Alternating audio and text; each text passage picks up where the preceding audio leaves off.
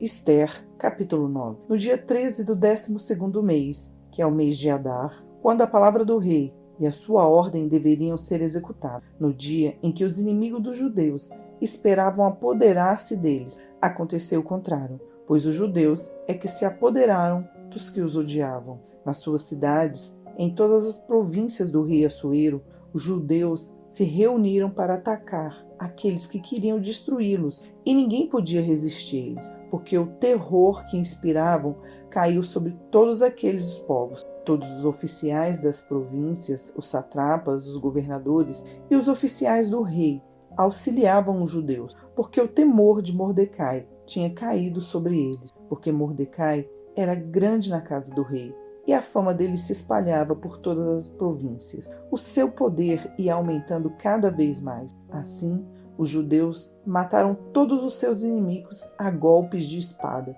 matando, destruindo e fazendo com os seus inimigos o que bem quiseram. Na cidadela de Suzã, os judeus mataram e destruíram 500 homens. Mataram também Parsandata, Dalfon, Aspata, Porata, Adalia, Aridata, Farmasta, Arissai, Aridai e Vaizata. Eram os 10 filhos de Amã, filho de Amedata, o inimigo dos judeus, porém no despojo não tocaram. No mesmo dia, o rei foi informado do número dos mortos na cidade de Suzã. O rei disse à rainha Esther: na cidadela de Suzã, os judeus mataram e destruíram 500 homens e os 10 filhos de Amã.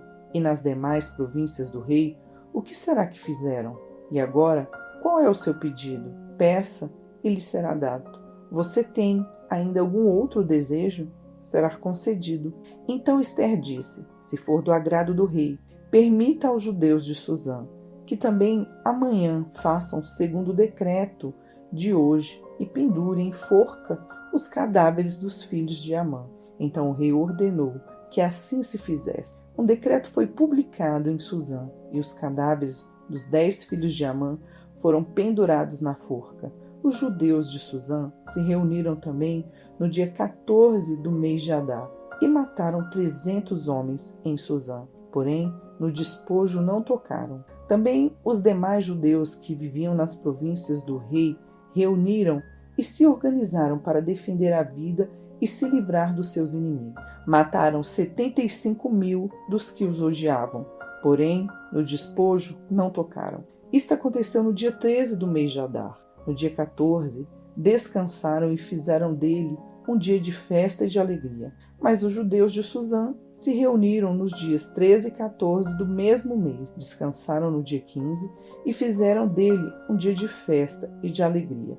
Por isso, os judeus das vilas que moram nas aldeias do campo fazem do dia 14 do mês de Adar um dia de alegria, de banquetes e de festa, e um dia em que mandaram presentes uns aos outros. Mordecai escreveu estas coisas e enviou cartas a todos os judeus que moravam em todas as províncias do rei Assuero, aos de perto e aos de longe, ordenando-lhes que comemorassem o dia 14 do mês de Adar e o 15 do mesmo mês todos os anos, como os dias em que os judeus se livraram dos seus inimigos, o mês em que a tristeza virou alegria e o luto se transformou em festa, e que esses fossem dias de festa e de alegria, de troca de presentes e dádivas aos pobres. Assim, os judeus aceitaram como costume o que, naquele tempo, havia feito pela primeira vez, segundo Mordecai lhes havia ordenado por escrito. Porque Amã, filho de Amedata,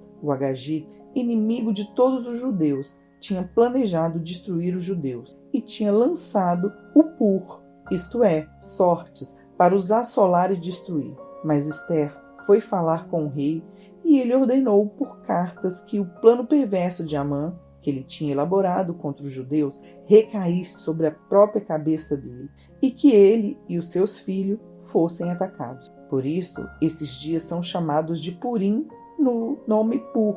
Daí, por causa de todas as palavras daquela carta, do que testemunharam e do que lhes havia acontecido, os judeus decidiram que eles mesmos, os seus descendentes e todos os que viessem se juntar a eles não deixariam de comemorar esses 2 dias, segundo o que havia escrito a respeito deles no tempo marcado todos os anos, e que esses dias seriam lembrados e comemorados, geração após geração, por todas as famílias em que a província, em todas as cidades, que esses dias de Purim jamais iriam desaparecer entre os judeus, e que a memória deles jamais se extinguiria entre os seus descendentes. Então a rainha Esther, filha de Abiail, e o judeu Mordecai escreveram com toda a autoridade uma segunda carta para confirmar a carta de Purim.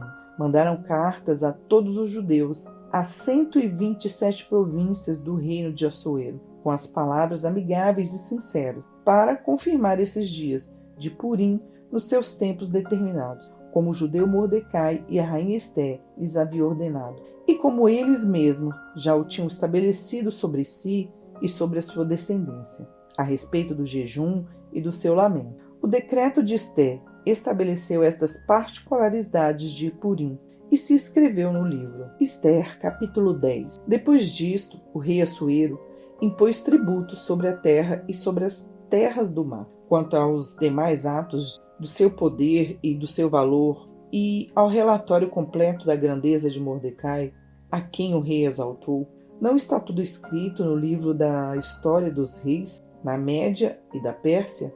Pois o judeu Mordecai foi segundo depois do rei Assuero, e grande para com os judeus, e estimado pela multidão de seus irmãos, tendo procurado o bem-estar do seu povo e trabalhado pela prosperidade da sua nação. Salmos 107, do versículo 23 ao 43.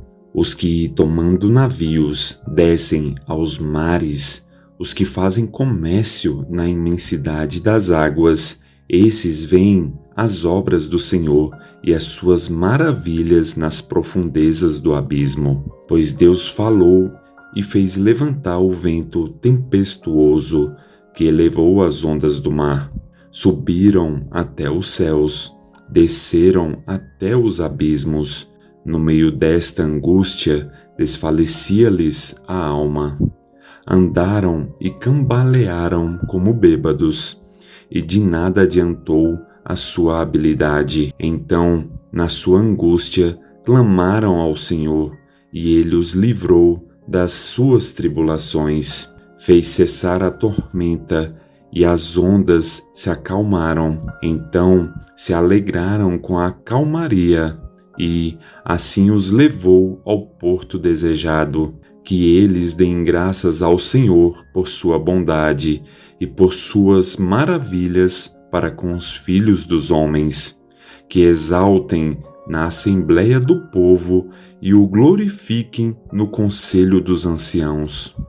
Deus transformou rios em desertos e mananciais em terra seca. Fez da terra frutífera um deserto salgado, por causa da maldade dos seus habitantes. Transformou o deserto em lençóis de água e a terra seca em mananciais. Estabeleceu aí os famintos, os quais construíram uma cidade em que pudessem morar. Semearam campos e plantaram vinhas e tiveram fartas colheitas. Eles os abençoou e eles se multiplicaram muito, e o gado deles não diminuiu.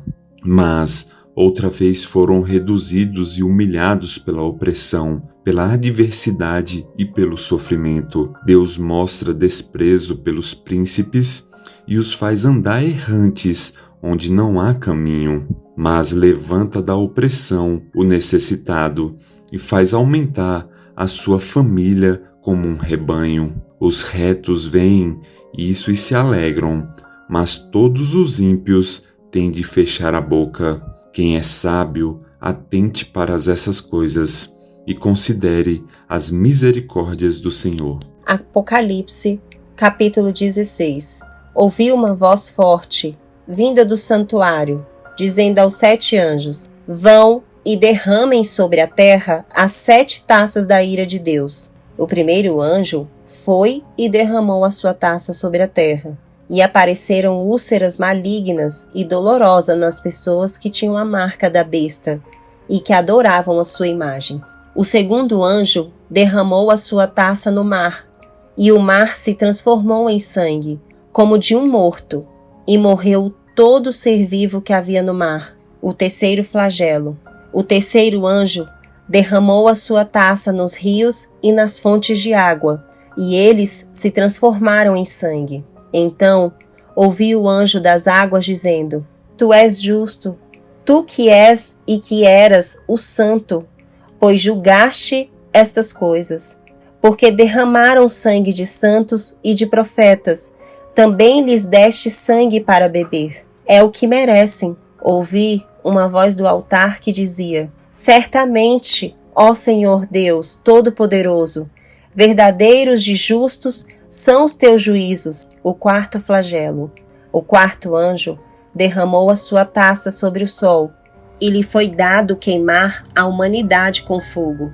As pessoas se queimaram com um intenso calor e blasfemaram contra o nome de Deus, que tem autoridade sobre estes flagelos. Porém, não se arrependeram para darem glória a Deus. O quinto flagelo. O quinto anjo derramou a sua taça sobre o trono da besta.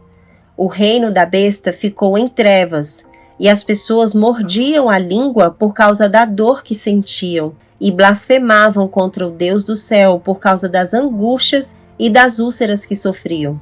Porém, não se arrependeram de suas obras. O sexto anjo derramou a sua taça sobre o grande rio Eufrates. As águas do rio secaram, para que se preparassem o caminho dos reis que vêm do Oriente.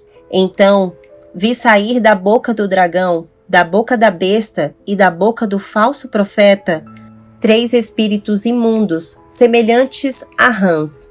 São espíritos de demônios, operadores de sinais, e se dirigem aos reis do mundo inteiro a fim de ajuntá-los para a batalha do grande dia do Deus Todo-Poderoso. Eis que venho como vem o ladrão. Bem-aventurado aquele que vigia e guarda suas vestes, para que não ande nu e não se veja sua vergonha. Então ajuntaram os reis no lugar que em hebraico se chama Armagedon.